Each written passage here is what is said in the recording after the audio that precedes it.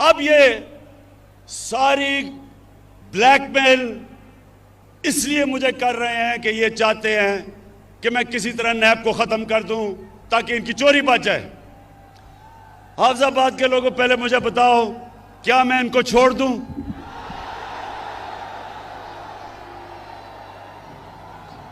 कहीं आपको इनके ऊपर तरस तो नहीं आ रहा? वो जब नवाज शरीफ की शक्ल आपने देखी कि जी बीमार हो गया, वो पता नहीं जिंदा भी रहेगा या नहीं। बड़े लोगों ने मुझे कहा, इमरान खान ये तुम क्या कर रहे हो, बेचारा मर ही ना जाए, पता नहीं जहाज पे भी चढ़ेगा या नहीं। हमारी कैबिनेट में भी एक दो ख्वातीन, उनके भी आंखों में आंसू आ गए इसकी शक्ल देख के। जैसे ही लंदन गया, लंदन की ऐसी हवा लगी कि सारी बीमारियां खत्म हो गई। तो ये जो सब इकट्ठे हैं, मैं इन सारों को आज पैगाम देना चाहता हूं कि देखें, आज तक आपका उन लोगों से मुकाबला था, या वो उनको अपनी कुर्सी की ख्वाहिश थी, या वो आप ही की तरह करप्ट थे। आज आप सबका मुकाबला इमरान खान से है। एक वो इंसान जिसको अल्लाह ने मुकाबला करना सिखाया है। मैं आज आप सबको कह रहा हूं कि आप जो मर्जी कर लें, जितने मर्जी जलसे करने हैं कर लो, लेकिन जब तक आप इस मुल्क का लूटा हुआ पैसा वापस नहीं करेंगे, आपको नहीं छोड़ूंगा।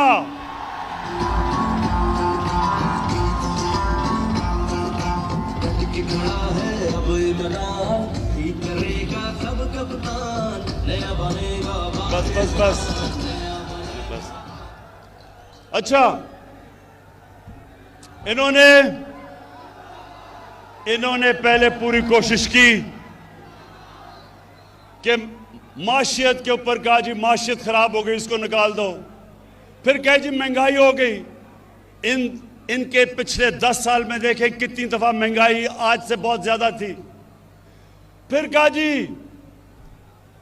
कि वो कोरोना के अंदर इमरान को नहीं समझ कि वो जिस तरह नरेंद्र मोदी ने बंद किया था अपना मुल्क, इमरान खान को भी करना चाहिए। अल्लाह अल हक है, अल्लाह का शुक्र अदा करता हूं, उसने हमने कोरोना से भी बचा दिया। फिर इन्होंने एक फैटफ, एक ऐसी चीज है जिसमें पाकिस्तान को इनकी वजह से ग्रे लिस्ट में डाला हुआ है। अगर पाकिस्तान ब्लैक लिस्ट हो जाता है तो हमारे ऊपर सैंक्शंस लग जाती हैं, हमारी माशियत बैठ जाती है। तो इन्होंने सोचा कि अब तो इसको ब्लैकमेल कर लेंगे कि पहले नैब को खत्म करो और फिर हमें फैटफ साइन करेंगे। इन्होंने मुझे नैब में 38 शिक्के हैं नैब की, उसमें से कहा 34 शिक्कों को इस तरह कर दो कि नैब ही खत्म हो जाए ताकि इनकी चोरी बच जाए।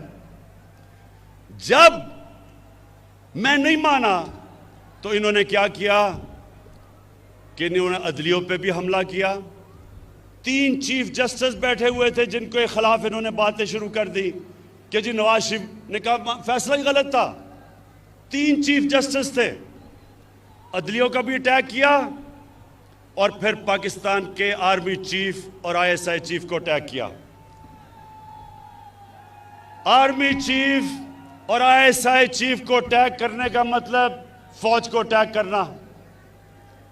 यहां मेहदी भट्टी बैठे हैं, इनका बेटा बलूचिस्तान में शहीद हुआ। इस तरह के कितने हमारे फौजी शहीद हुए हैं हमें हमारी हिफाजत करते हुए।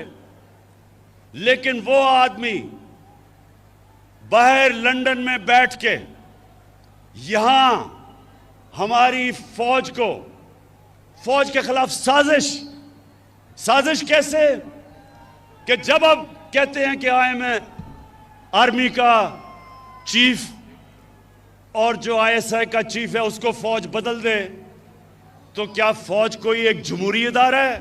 क्या उन्होंने नो कॉन्फिडेंस मोशन पास करना है? वो ये कह रहा है कि फौज के अंदर बगावत की जाए, वो ये कह रहा है कि फौज कू करे, यानी कि हमारी फौज तबाह हो।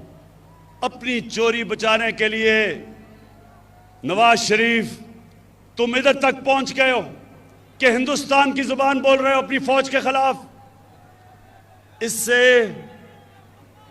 इससे मेरा अज़म और मजबूत है कि तुम्हारी तरह के लोग, तुम्हारी तरह के मीर जाफर, मीर सादिक और मीर रियाज सादिक, इनको इंशाअल्लाह जब तक हम इनको कानून के नीचे नहीं लेके आएंगे और इनका पैसा नहीं निकालेंगे, इंशाअल्लाह मैं इनको नहीं छोड़ूंगा।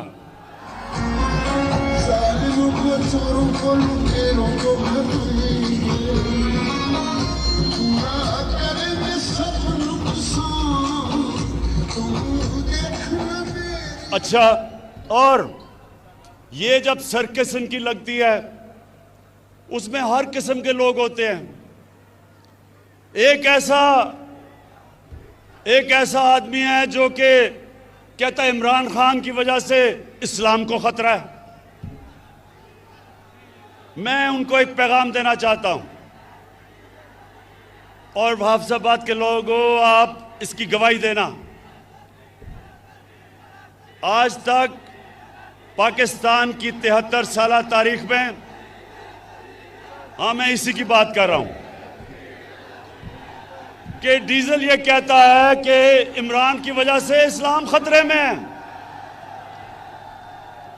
मेरी वजह से इस्लाम खतरे में नहीं है, आपकी तरह के लोगों की वजह से इस्लाम खतरे में है।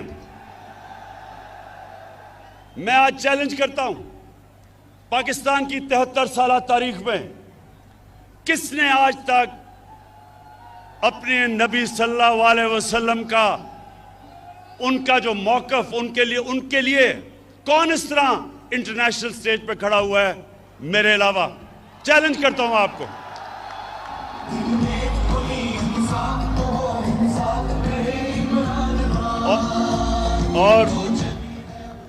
और ये मैं आपको बता दूं, ये किसी वोट के लिए मैंने नहीं किया, ये मेरा ईमान का हिस्सा है। हमारे नबी सल्लल्लाहु अलैहि वसल्लम हमारे दिलों में बसते हैं। आखिर में ये सारे जो सर्कस लगाई हुई है, ये कहते हैं कि इलेक्शन में धांधली हुई, ये सारे कहते हैं कि इलेक्शन में धांधली हुई। मैं इनसे सबसे पहले सवाल पूछता हूं कि अगर इलेक्शन में धांधली हुई तो मैंने तो आपको कहा था कि जिधर भी धांधली हुई हम तैयार हैं इलेक्शन खोलने के लिए, क्यों नहीं आ पाए? मैं आपको बताता हूं क्यों नहीं आए। 2013 में 137 पिटिशंस थी जिन्होंने कहा कि इलेक्शन में धांधली हुई नेशनल असेंबली में। 2018 में 137 की बजाय 90 थी, 50% कम पिटिशन थी। और नून लीग की सिर्फ 11 पिटिशंस थी पंजाब के अंदर, और तहरीक इंसाफ की 14 थी। तो सवाल ये मैं पूछता हूं कि अगर धांधली हुई थी तो किधर हैं आपकी पिटिशंस? क्यों नहीं आपने कहा कि धांधली हुई? इलेक्शन कमिश्नर आपका, केयर टेकर आपकी, आपने सिलेक्ट किया था केयर टेकर इलेक्शन कमीशन, तो धांधली किसने की फिर? और जब मैंने आपको कहा था हम खोलने के लिए तैयार हैं, क्यों नहीं खोला? नौजवानों, एक मेरी बात सुन लें। जब मैं क्रिकेट खेलता था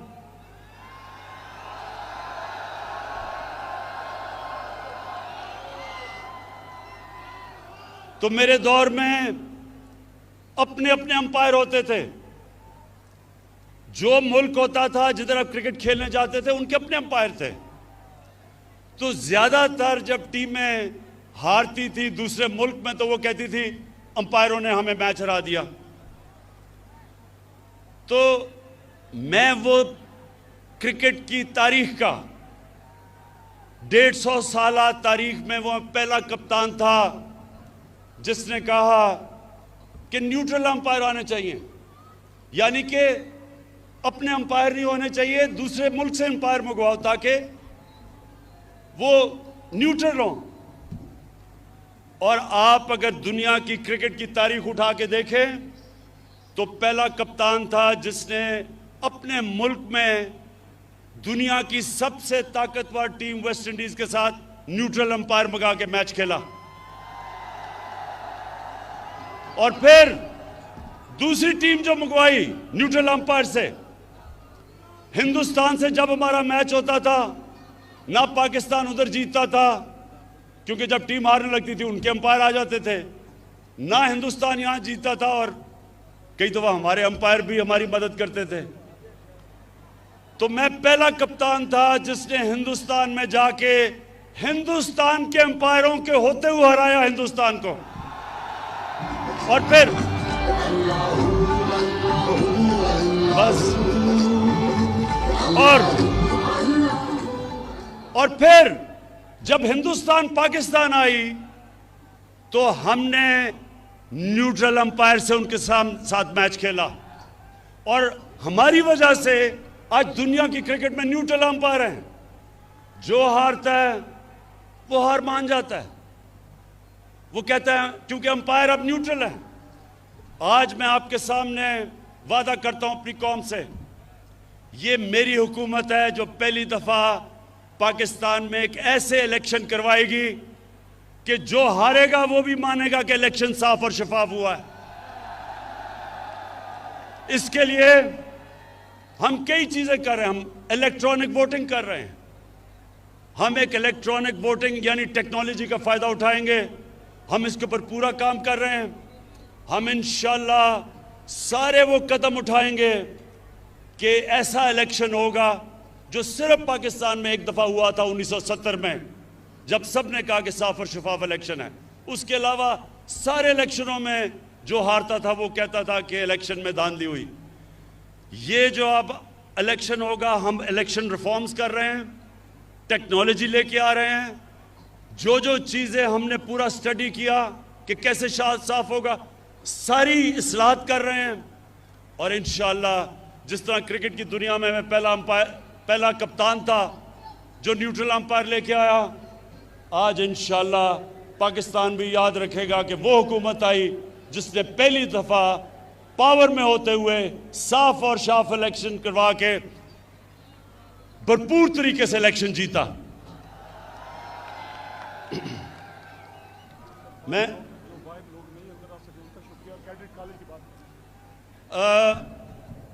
शौकत ने मुझे कहा है कि अभी लोग बहुत बाहर खड़े हैं जो अंदर नहीं आ सके, उनको भी मैं उनका शुक्रिया अदा करता हूँ, खुशामदीद कहता हूँ उनको। और मैं आखिर में ये फिर कहता हूँ कि हमने सारे जो इलाके हमारे पीछे रह गए थे और हाफिजाबाद भी पीछे रह गया था, हम आपके लिए पूरा काम करेंगे। आपके लिए यूनिवर्सिटी, आपके लिए DHQ बड़ा 400 बेड का हॉस्पिटल, और इंशाल्लाह ये जो कैडेट कॉलेज चाह रहे हैं, इंशाल्लाह एक कैडेट कॉलेज के ऊपर भी हम काम शुरू करेंगे। बहुत बहुत शुक्रिया।